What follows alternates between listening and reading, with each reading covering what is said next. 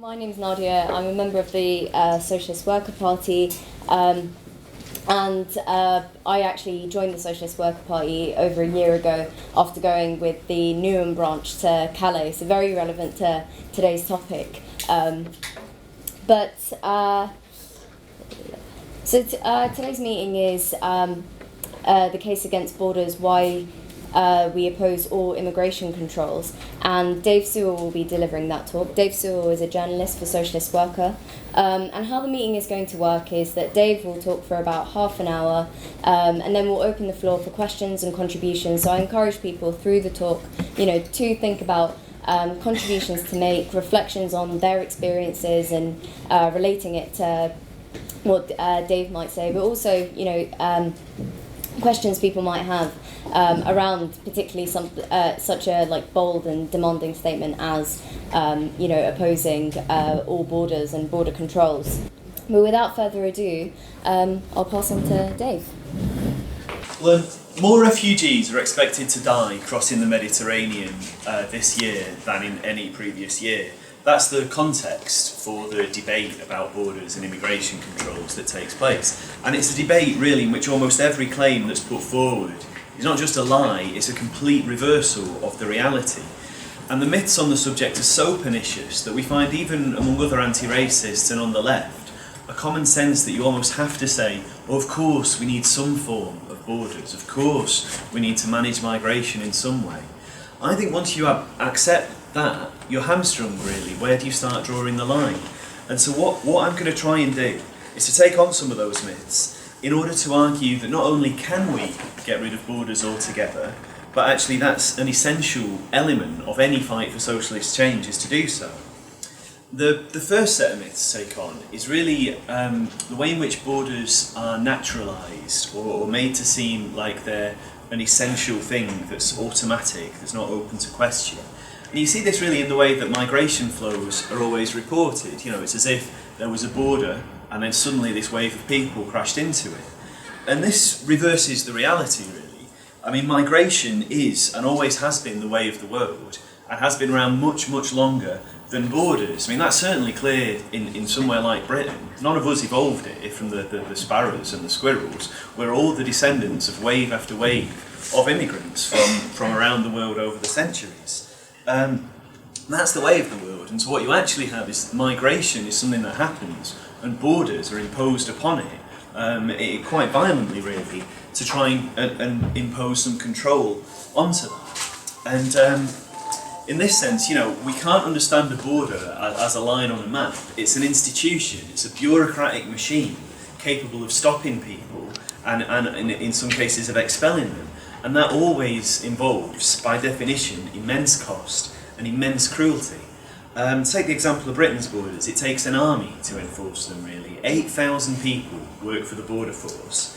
That doesn't count the privatised guards who work for G4S or Serco in detention centres and deportation flights. It doesn't count the whole civil service bureaucracy doing passports and visas. It's something enormous. It's an institution that spreads its tentacles far beyond Britain's territory to make deals with repressive regimes who will stop people far before they get to Britain, and it also sinks its claws deep into British society in order to control people who are already here.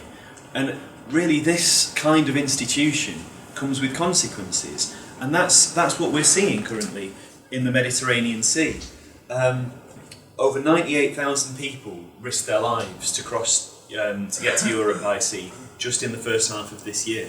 Over 2,000 of those people have drowned.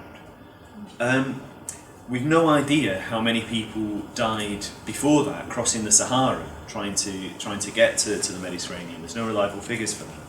And we don't know how many of the people who've died in wars, in famine and repression would actually have lived if they'd been able to cross the border and escape. Now, all these deaths are a direct result of immigration controls. They're very artificial, because if you have the right passport, today the world has never been smaller. To get from pretty much anywhere in Africa or the Middle East to Northern Europe, you can do it in a few hours, relatively cheaply and very, very safely, just by getting on a plane. But if you don't have the right passport, the airlines aren't allowed to take you. if you're in Syria, it's possible to walk or drive across Turkey into Greece, except that there's now an enormous wall of concrete and razor wire blocking that land border, and similarly the borders from Morocco into the Spanish territories there. And this is what forces people to risk their necks on the sea. Now, in 2015, this mainly concerned relatively small stretches of sea between Turkey and the Greek islands. That's dangerous enough, and like thousands of people died there.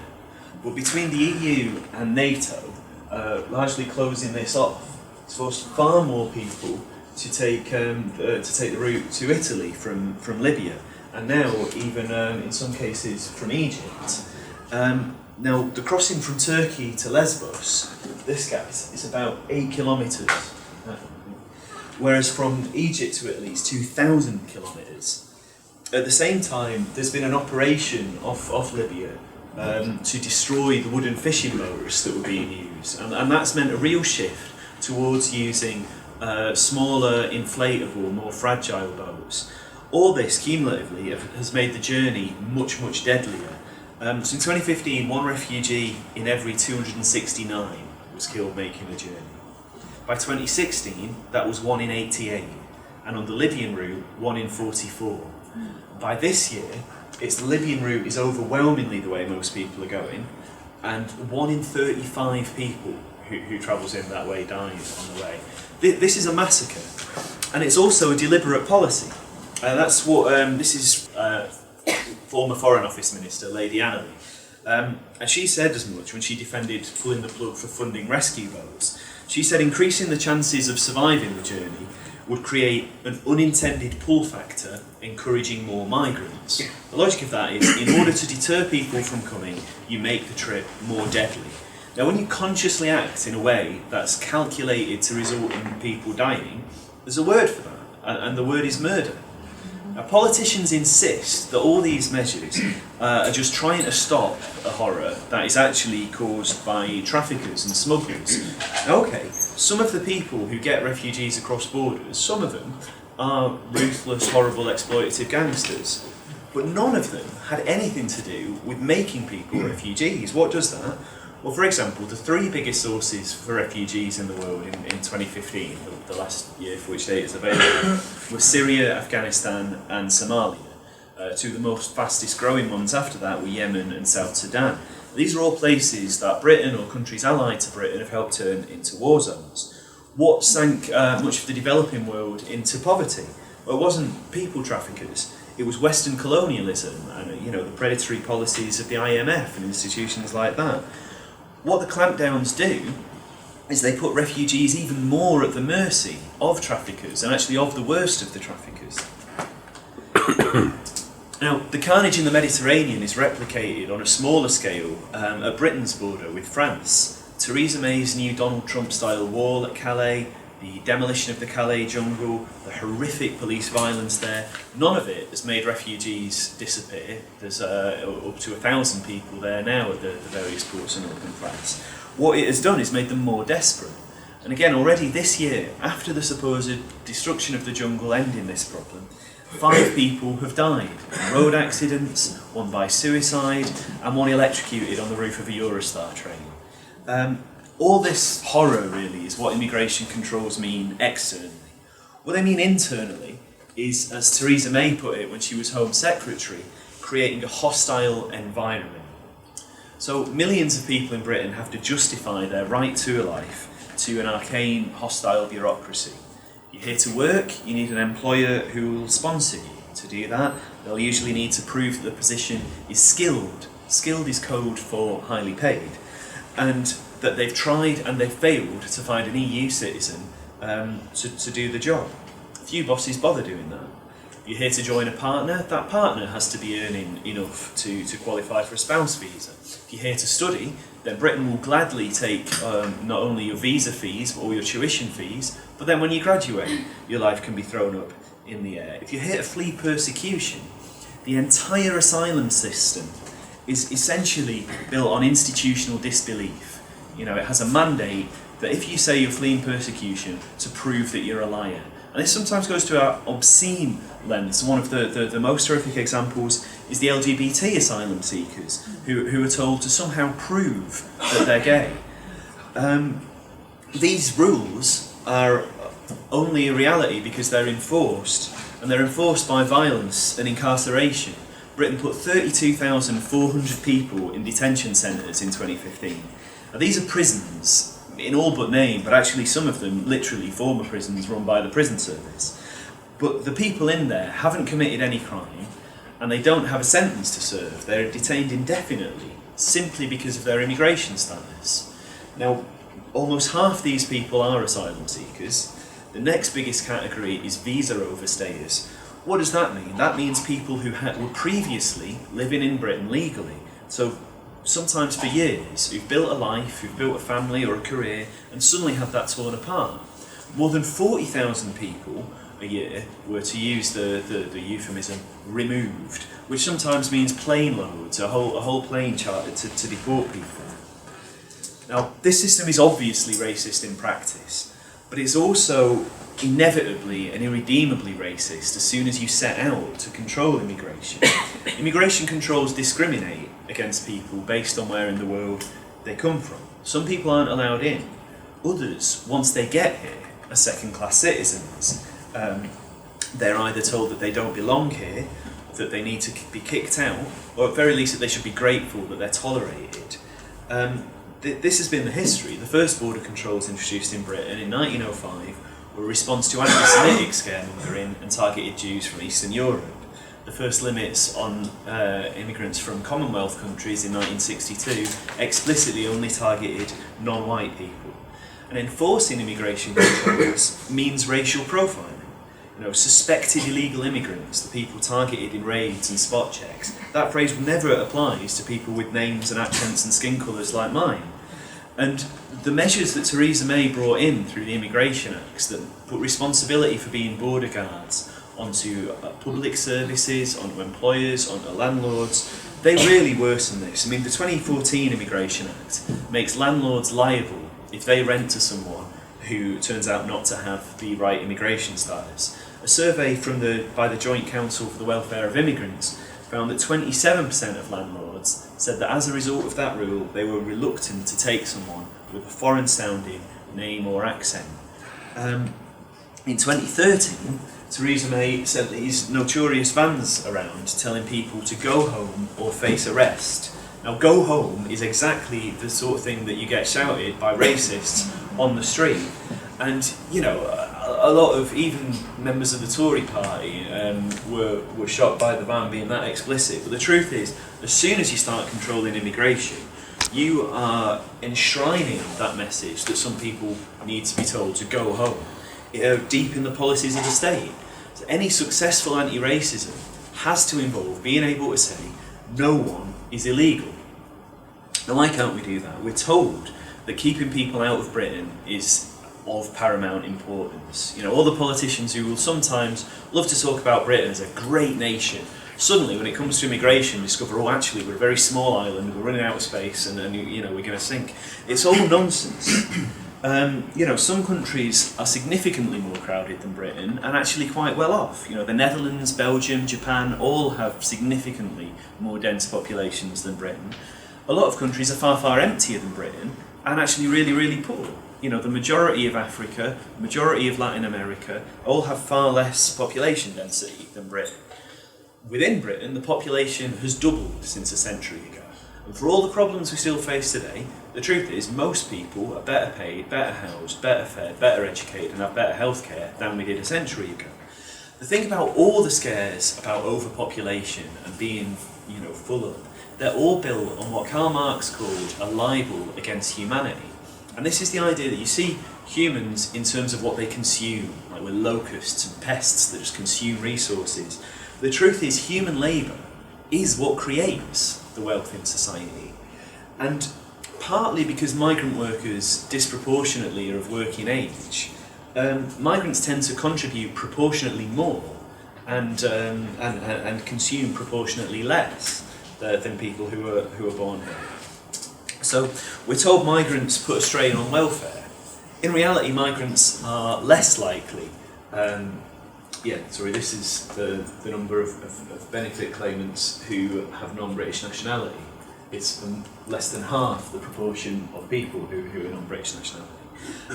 We're told migrants put a strain on public services, but actually not only do migrant workers pay on average more in taxes than the services they use cost, they're also far more likely to work in those services. The NHS, in particular, would collapse without the labour of migrant workers.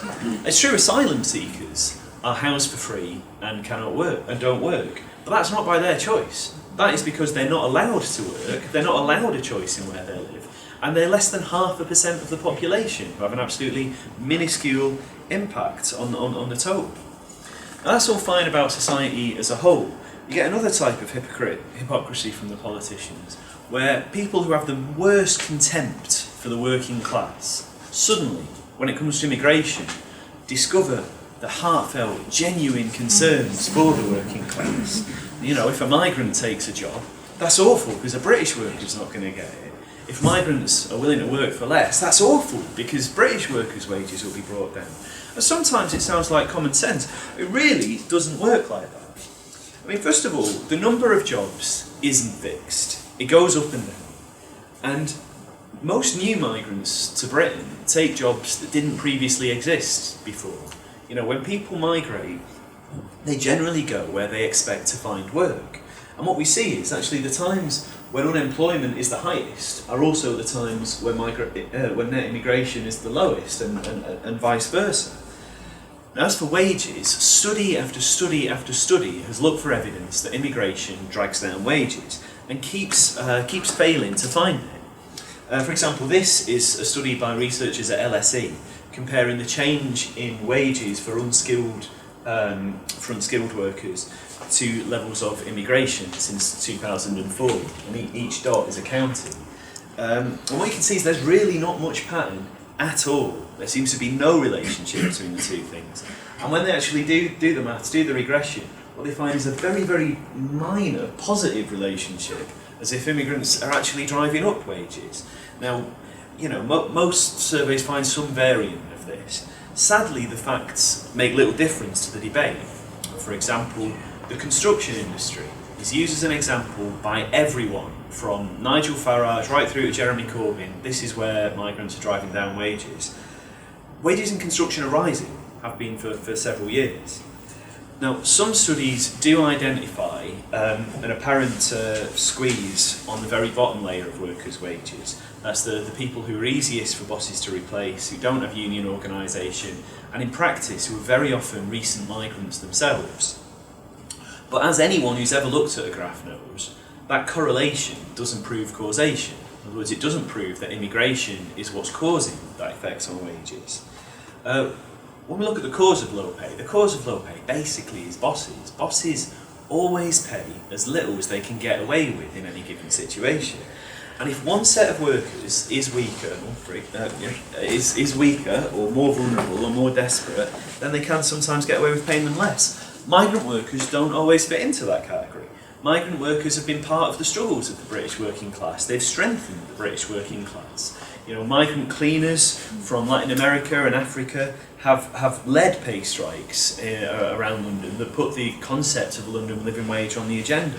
Migrant workers have been central to pay campaigns in hospitals, in bus garages, in cinemas, in warehouses, in an oil refinery.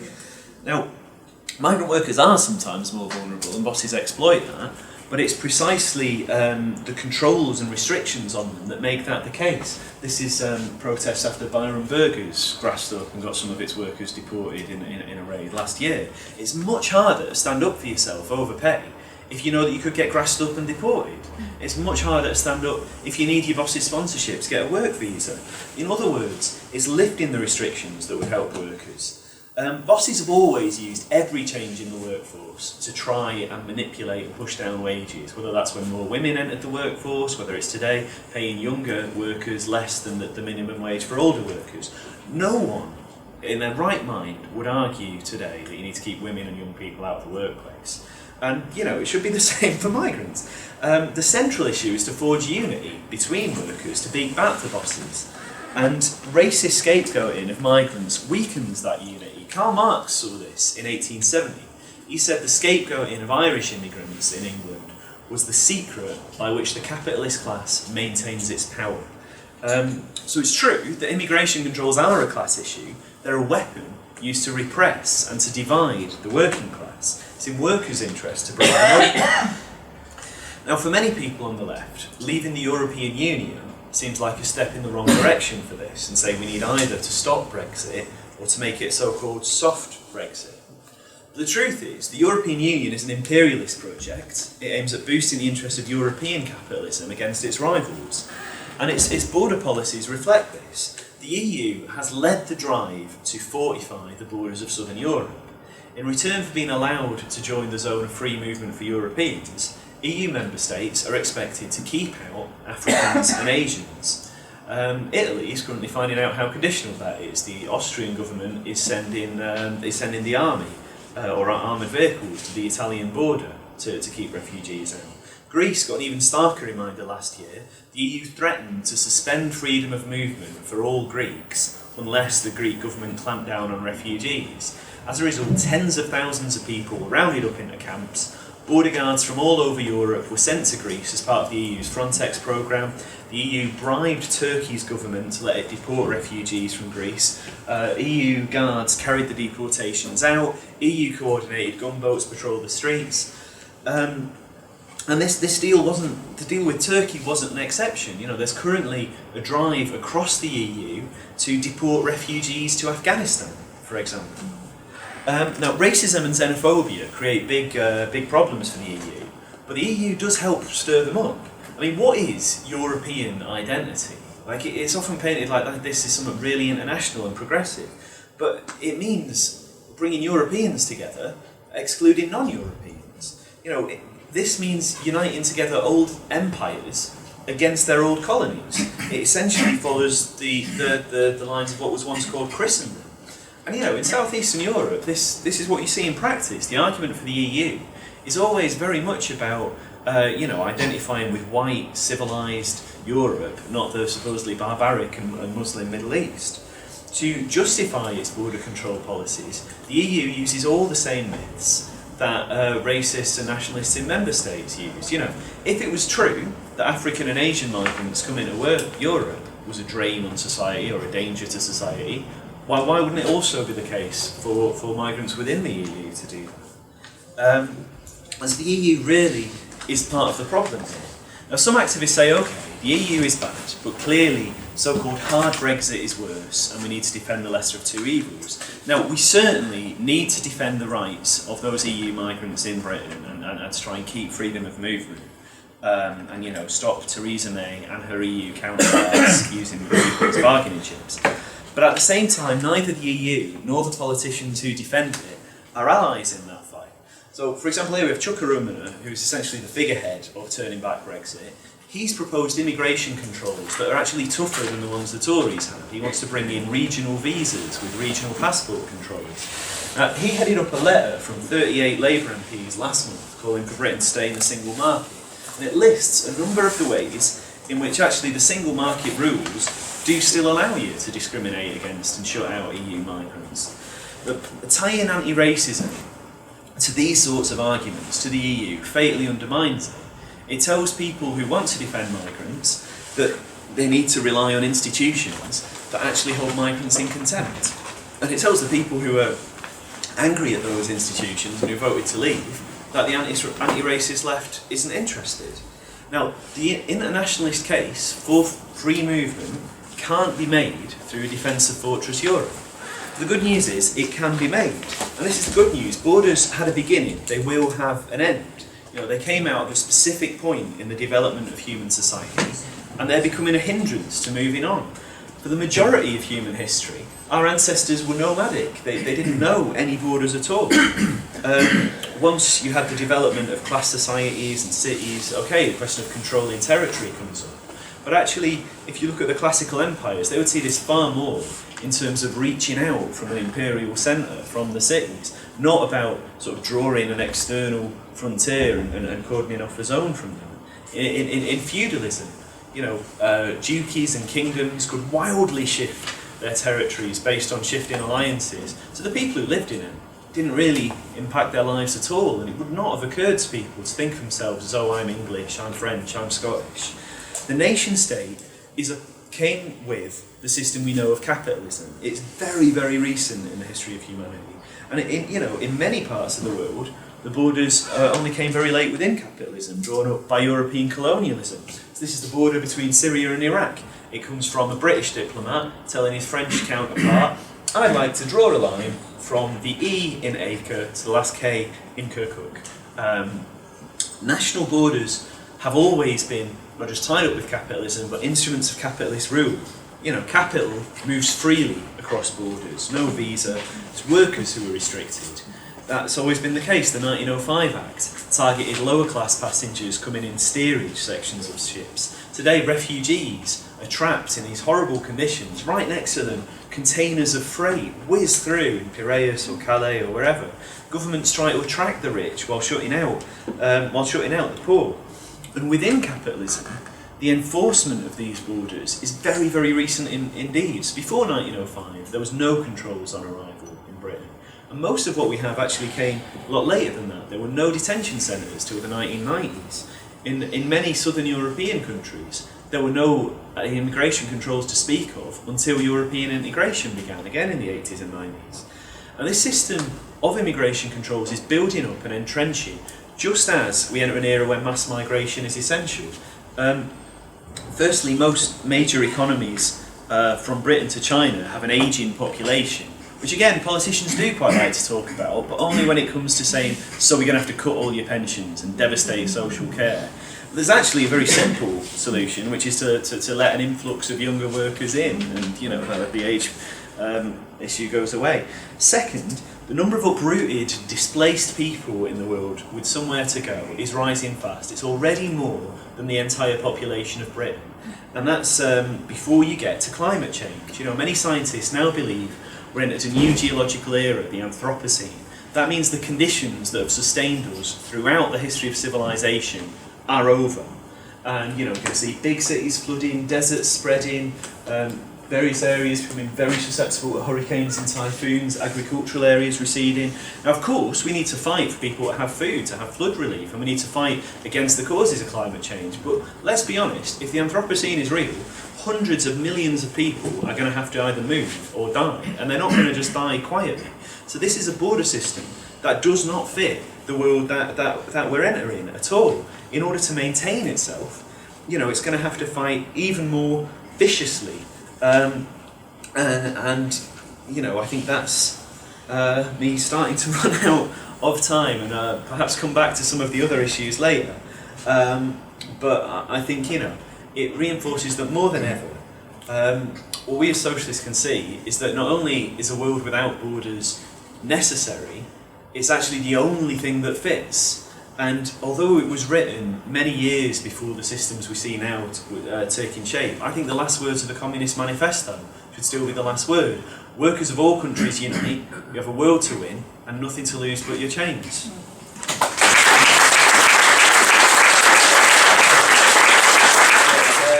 More a point that you made very briefly, but I think you could have covered it even more. It was the economic...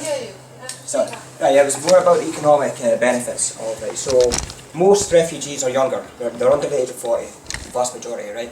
We've got an Asian population. Now the Tory bastards would make us work till we died, right? We all know that, right? That's what they would love to do. Now, most refugees are under the age of, say, 40, right? We need a working population, right? So demographically, it makes sense, right? So what Germany did a couple of years ago with Merkel, I don't know if she did it for economic reasons or if she did it because for moral reasons, I don't really care, but it was a good thing.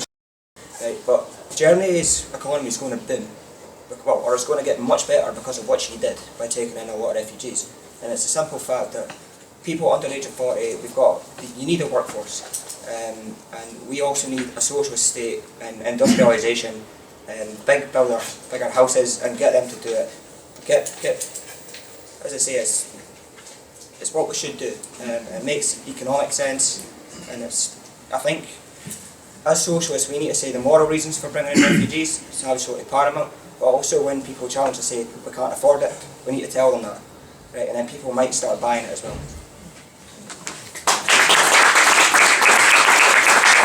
My name's Alistair, I'm a journalist for Socialist Worker. I just wanted to talk about the Grenfell Tower tragedy and the response around like how it crystallises a lot of the debates about like migration, and also how we can like fight back against racist border controls. So the initial response of Theresa May to the tragedy was to say that no one should feel afraid of coming forward if you're an undocumented migrant. We're not going to use this tragedy or this tragic incident as a reason to carry out immigration checks on those involved or on those providing vital information to identify victims. Now, on Wednesday, Brandon Lewis, the immigration minister, then came out and said that we're going to give a year's reprieve on undocumented migrants who have had their lives destroyed. And he said, this is going to provide survivors with the time to deal with extremely difficult circumstances. And this basically forces people into making the decision about, do I want to come forward and fight for justice for my loved ones who have died in the fire, or do I want to keep my head down and make sure, give myself a little bit of extension before the border force comes and gets me? Now, I think Diane Abbott's response on Wednesday was, exactly the right response. There needs to be a complete amnesty for undocumented migrants who were affected by the fire. But it's interesting that, why has it taken, 3 weeks for Diane Abbott to come out and say this? It's because the incredible amount of anger, locally and nationally, that has come to the surface because of the fire. And I think, it gives an idea about how we can undermine the racist rhetoric. I think, there's going to be a demonstration outside of Kensington and Chelsea Council Town Hall on the 19th of July. That's going to be a crucial thing. The demonstrations directly, immediately after the fire have put the pressure on, the council and on, the Labour Party to take a harder position. And that needs to keep up. And I'll leave it there. Cheers.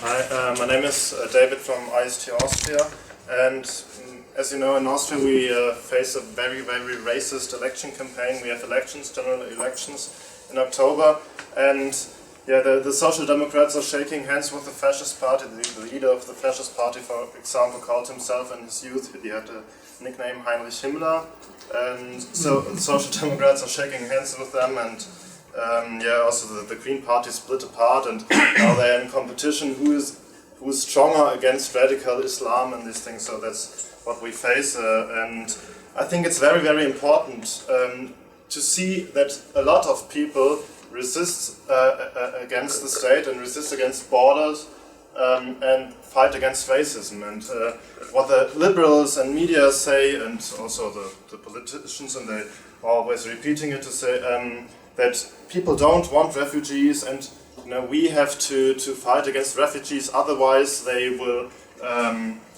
move to the far right and support them because they think they're the only one, but we can do it as well. But the opposite is true. It's not that people are against refugees, and we like Social Democrats or the Conservative Party, we would do it better, but we have to win elections, and the people are demanding fences or whatever on the borders. And so I think we have to see that exactly the opposite thing happened in 2015 when alone in Austria there live about 8.5 million people, and more than 1 million people said that they helped refugees in one or the other way. They were just normal people who drove across the border to take refugees with them, and they know that they could face penalties, but they did it. And on 3rd October of 2015, more than 150,000 people in Vienna marched against racism and for refugees. And although there's a huge campaign of Islamophobia and racism against refugees And every day papers are writing how criminal refugees are, and even liberal papers are writing, comparable to the Guardian, the Standard is writing. I'm going to ask you to sum up some. Yeah, sure. So, although there's this massive racist campaign, there are still a lot of people opposing racism in small villages. They are opposing deportations in schools everywhere over Austria. And I think we, as the left, we have to see that there's a huge potential to fight this racism, to fight the racism of the government, to fight the racism of the far right, and we have to move them on the streets. And I think that's what we have to see, our chances, and that we have to move the people to the streets.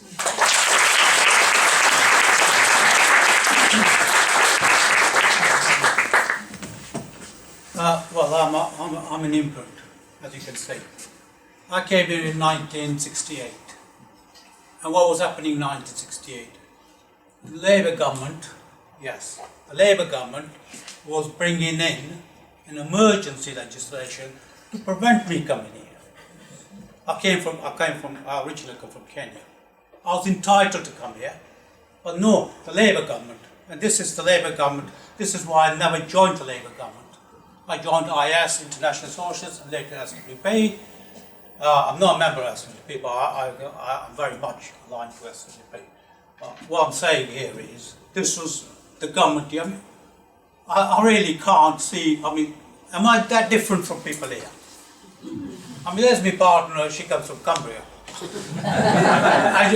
You can ask her, we've been together 30 odd years. I don't think she finds me any different from anything around here. But the politicians insist. We migrants, or immigrant in my case, are different people. I mean, I don't know what the difference is, but I really would like to know what the difference is. I'm standing here in front of you. Please tell me if you find one. I really want to give a couple of examples, personal examples of how the colonialists, i.e. the British primarily, and French, Germans and so on, created the concept of borders, created the concept of passports, and the comrade has, brilliantly explained most of the current situation about migrants, and I agree wholeheartedly with him. But I really want to go back a bit historically. I mean, I don't know whether you know this fact. Millions of us, at that time my grandparents were from India, but now it's Pakistan, because again Britain had a big hand in that. Millions of us could have descended onto Britain. There were no passports. Victorian times we could have come on, got the boats or whatever, you could have come here. Well, why didn't they come? Why didn't the Jamaicans come? I mean, from the Afro-Caribbeans, or the Africans, or the Asian people, why didn't they come here? Ask yourselves those questions, because there were no passports, there were no borders. My grandparents come from Pakistan, what is now Pakistan, that was at that time it was India. There's an area called northwestern Pakistan, and the people there refuse to accept borders. These are the Pathans, from Afghanistan and Pakistan border. They refuse to accept the borders, and the governments of Afghanistan and Pakistan accept that. I come from Kenya, and there once again Britain had a hand in creating the border of Kenya. And what they did was, northwest of Kenya, they took the border, they took the land away from the Somalis. And Somaliland to this day, Somalia, to this day claim that land. And there are thousands of Somalis who live up there. So this was an artificial entity created by Britain. Similarly, as the comrade said earlier on. Think about Think about the Kurdish people. Why are they divided into 5 different countries? Turkey, Iran, Iraq. Why are they all there? Why isn't the country called Kurdistan?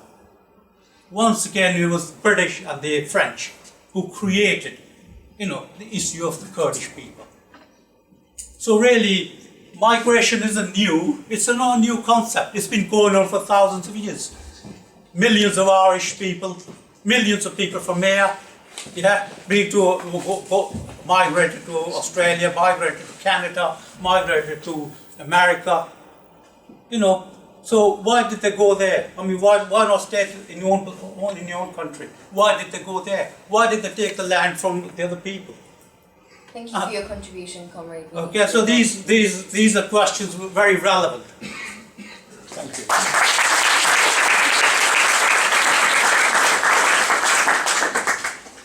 Okay, my name is Despina, I'm from Greece, and I just came 2 weeks ago, and I want to say what is the challenge of anti-racist in Greece, because there's about 60,000 refugees who are stuck in Greece and very difficult to go where they want, to Germany, to Britain, etc. The first thing I want to reinforce what David said, people die in the Mediterranean because it's not natural, because the borders which is with Turkey and Greece on the top, which is very easy people to pass, it's a small river, they put 12 kilometers of electric fence. And therefore there's full of police and army and etc. People cannot cross there, and therefore they're forced to cross, to cross to the islands, and people die. Of course, there's a lot of boating. It will be very easy to go opposite, to the coast and pick up the people and bring them in Greece if they want it, but that is not, of course, their intention. When the refugees arrive in Greece, they lock them in ex-military camps. They put them there, the conditions are very horrible. Last year there was a very big cold in Greece, people died there, and the government had planned, which is of course reinforced from the European Union, to have the NGO to go to teach the kids inside the camps. But what is fantastic, I think, in Greece is the resistance of the movement for refugees. Because in a country where there's 4 times austerity waves, that is the memorandum, and we're talking about broken society, 83% of people in this country gave something for refugees. These years in the schools, the Nazis trying to organize, citizens angry of not going to their Greek schools, and the Greek NUT, together with the left and the parents, they stood out of the primary school and clapping kids, make sure they go into the school to study, the language. And I think the most amazing thing happened, it was in the spring year, that the students in Athens, they occupy the schools with the main demand of more schools, more teachers, more books, and open the schools for refugees. We've seen basically the merge of anti-austerity, anti-austerity movement with the anti-racist movement. And I think we need to push everywhere, because the mood of the resistance is definitely in Britain, is definitely everywhere, to take the deep actions to make sure we open the borders.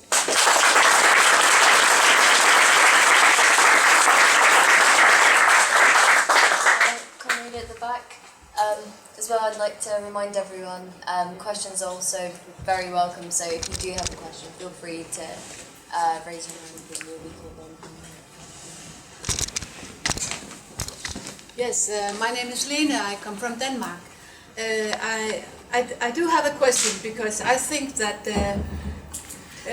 wherever you are, the trade unions are very important in defending migrant workers, organizing them and make sure that they get the same conditions and pay as everybody else. And I would like to ask you what kind of debates you have in the trade unions here in Britain. Then I also can tell you that in Denmark, of course, the borders are closed, like in Austria, during the whole Europe. But and now we are fighting that the government are deporting refugees to Afghanistan, to Iraq, and to Somalia, because they make agreements with the government that this is a safe country and you can come, and we can send you back. They're doing it by force. They're doing it where doctors are giving the migrants or the refugees injections so that they can't yell and anything. So it's very bad. But still, it is like in Greece and in Austria, a lot of people on their own in refugee groups are still helping the refugees, still helping with everything, and still doing that. So that's the way we can be a bit optimistic, because the government is doing a very tough job against the immigrants and the refugees, but there are still very many people who think that this is not a way of doing it. Thank you.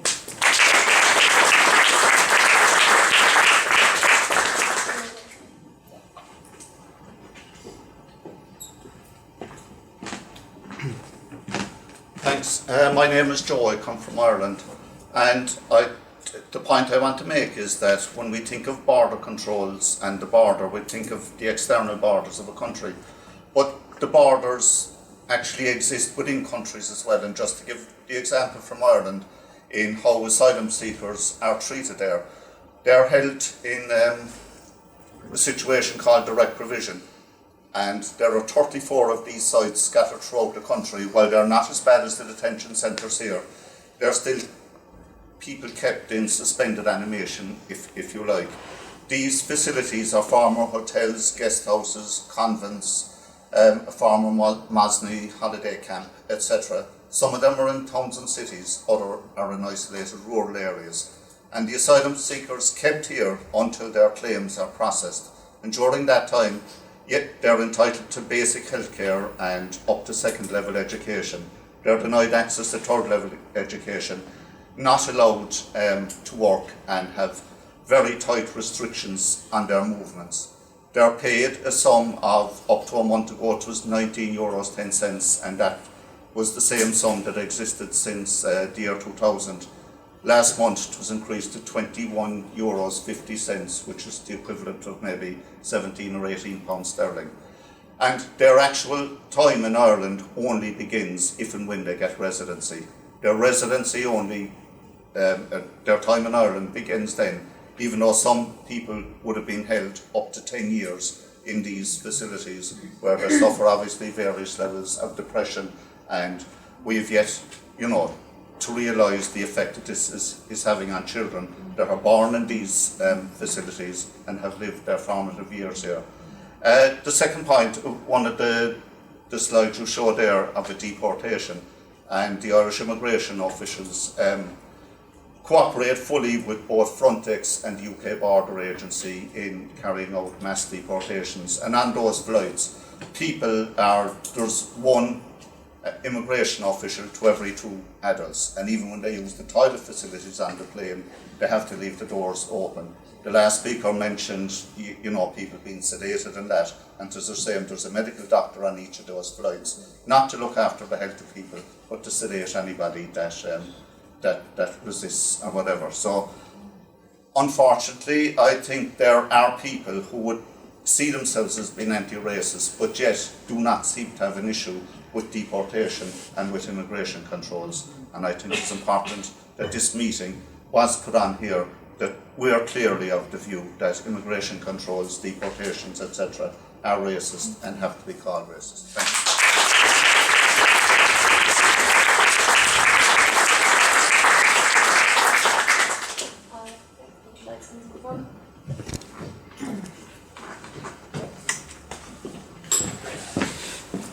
I'd like to make criticism of the position that there should be no controls on migration, because that is essentially leading the housing market up to the free market in transport, because essentially we want a planned economy, and planned economy means make democratic decisions how we distribute resources, whether it be transport or housing. Now, we want to build as many houses as we can, but until we can build enough houses to accommodate everybody who wants to come into the country, we're going to have to prioritise the refugees, I'm afraid. It has to be priority to the refugees to provide them with housing that they need. I think we have enough time for 2 more, so would you like to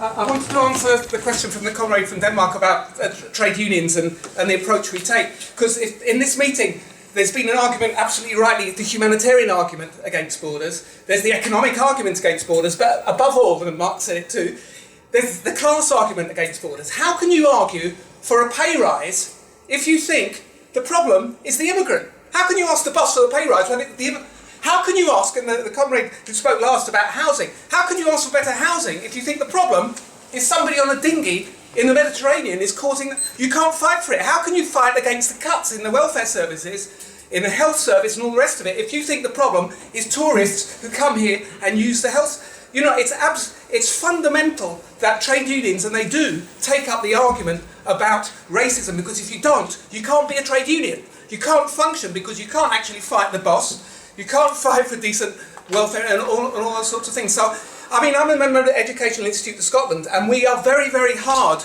on, you know, on the question of racism, fighting it, and all that sort of thing. So we're, you know, support for stand up to racism. We're at the demonstrations. We always make sure that every time there's a demonstration come up, we raise it in the union and make sure people come out, because it's absolutely essential. There is no... Marx was right. You cannot win as a class unless you take the issue of anti-racism right to the core of what you're doing.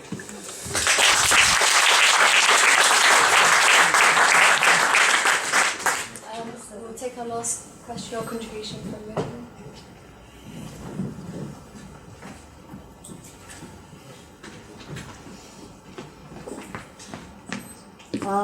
Yeah, I thought I was going to follow the guy about the housing, but I'll try and follow the other guy as well. Just to say, I'm from Newham, like Nadia, and in Newham we do our paper sale, our Socialist paper sale in the main shopping centre, and not Westfield, the local shopping centre, and you have a lot of people coming in Newham who are angry.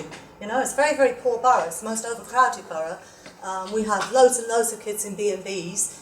The council's not coping at all, as you all know. Councils haven't been building council housing. And people do come up angry, and they do blame immigrants, some of them. But you know what? All you have to do is look up. Because in Stratford, like so many city centres, they are building. We have massive tower blocks going up.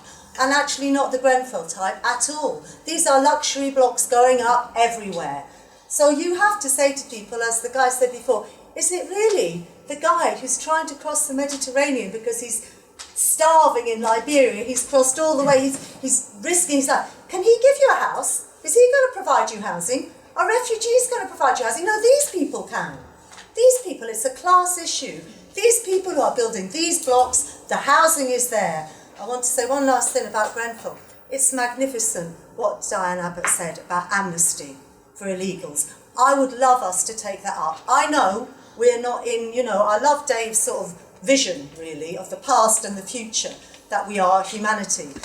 But we're living in a very nation-state armed, you know, monopoly of force. But in this, you know, even as a reformist demand, amnesty for illegal immigrants, wouldn't that be magnificent? And I'd love to thank the Danish woman and the Austrian guy as well. It gives you such hope that, you know, Austria, that's hard fight there. 1 out of, I'm going to take that back with me, out of a population of 8.5 million, 1 million have helped refugees in that atmosphere. We're much better here. We all thought immigration would play big at the election. It didn't. People cared about austerity. So we've got a lot to fight for, and thanks for the meeting.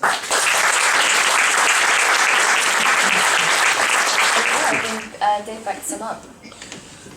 Well, thanks everyone. It's been a really rich discussion, and I just wanted to respond to a couple of the themes really that came up.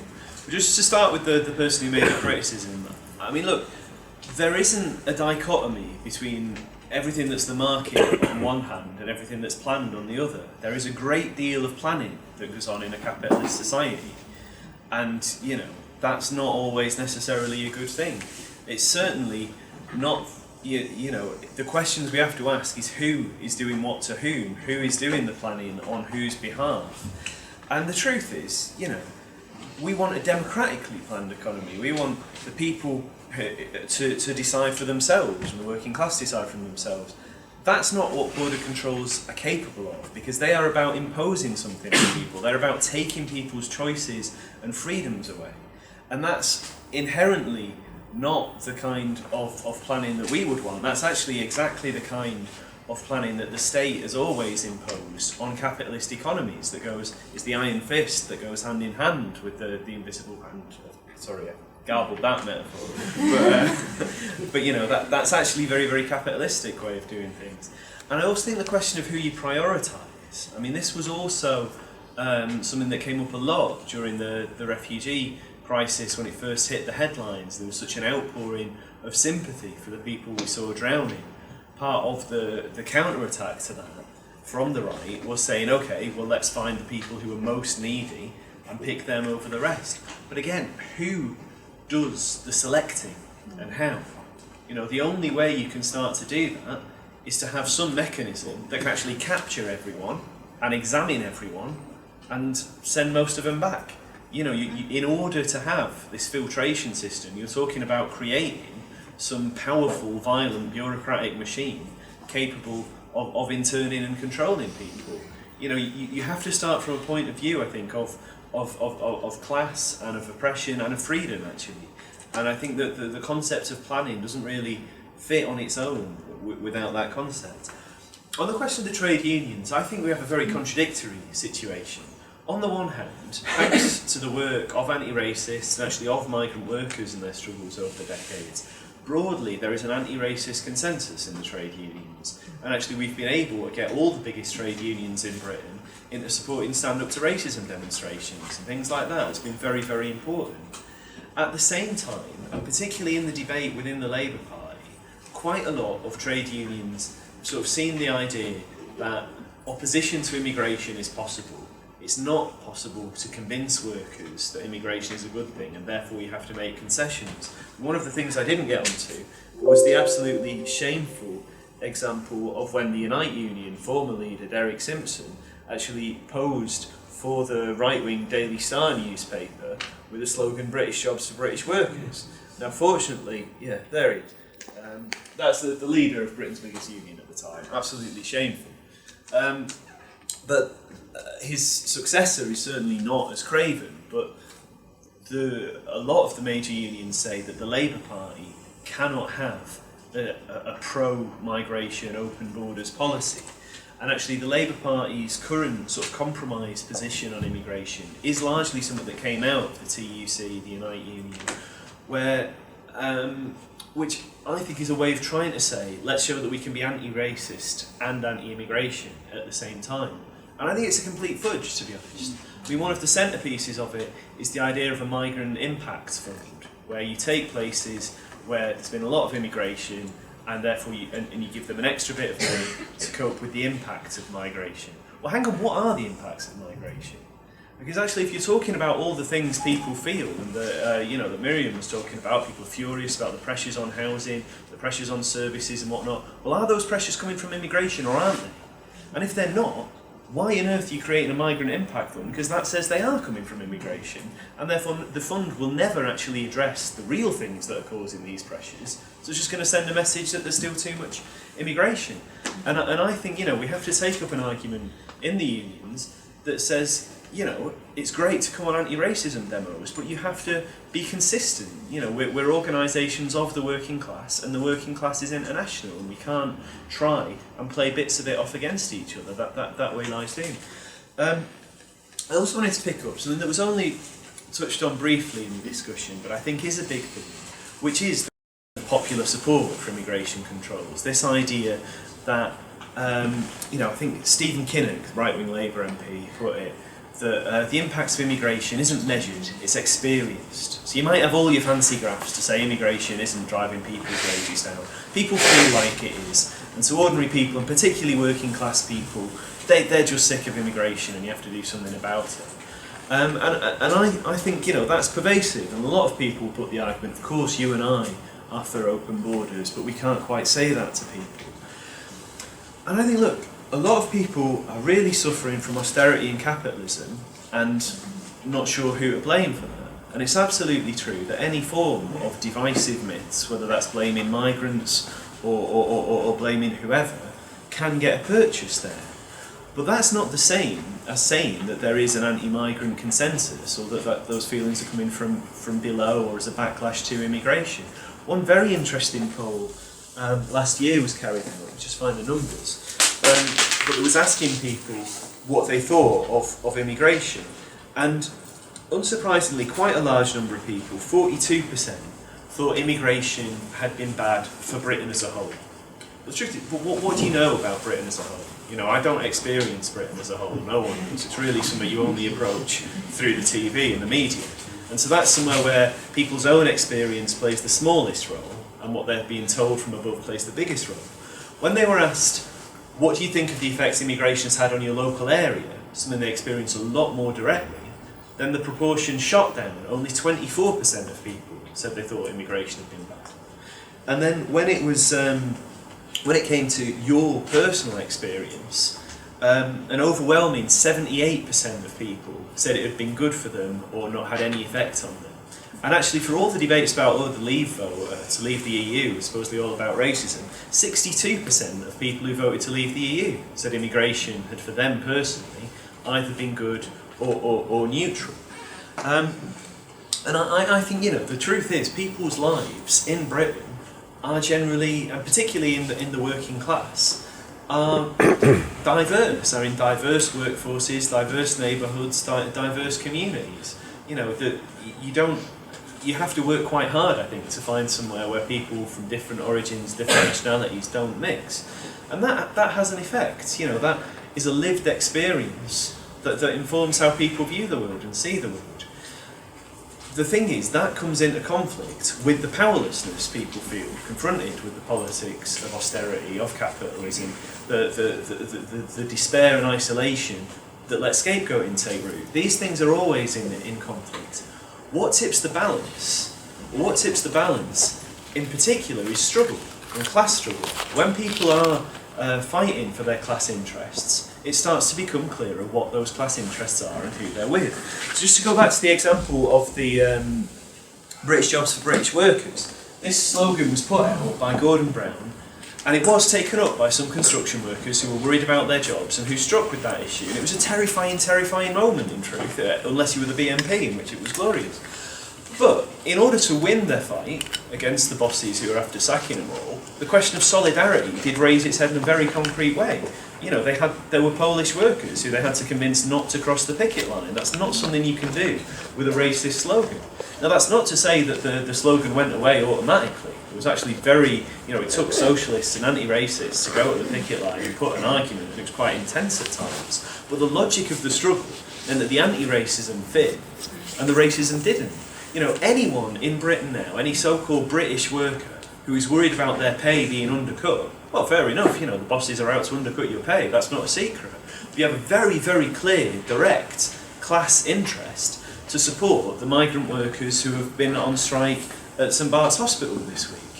And, I think that's what we can add to a debate, really, where you have, on the one hand, overt racists, and on the other, sort of humanitarian arguments. It's exactly right. What we can bring to it is a class argument that says borders and immigration controls are a weapon used against the working class. They're a weapon used to preserve capitalism through repression and through division.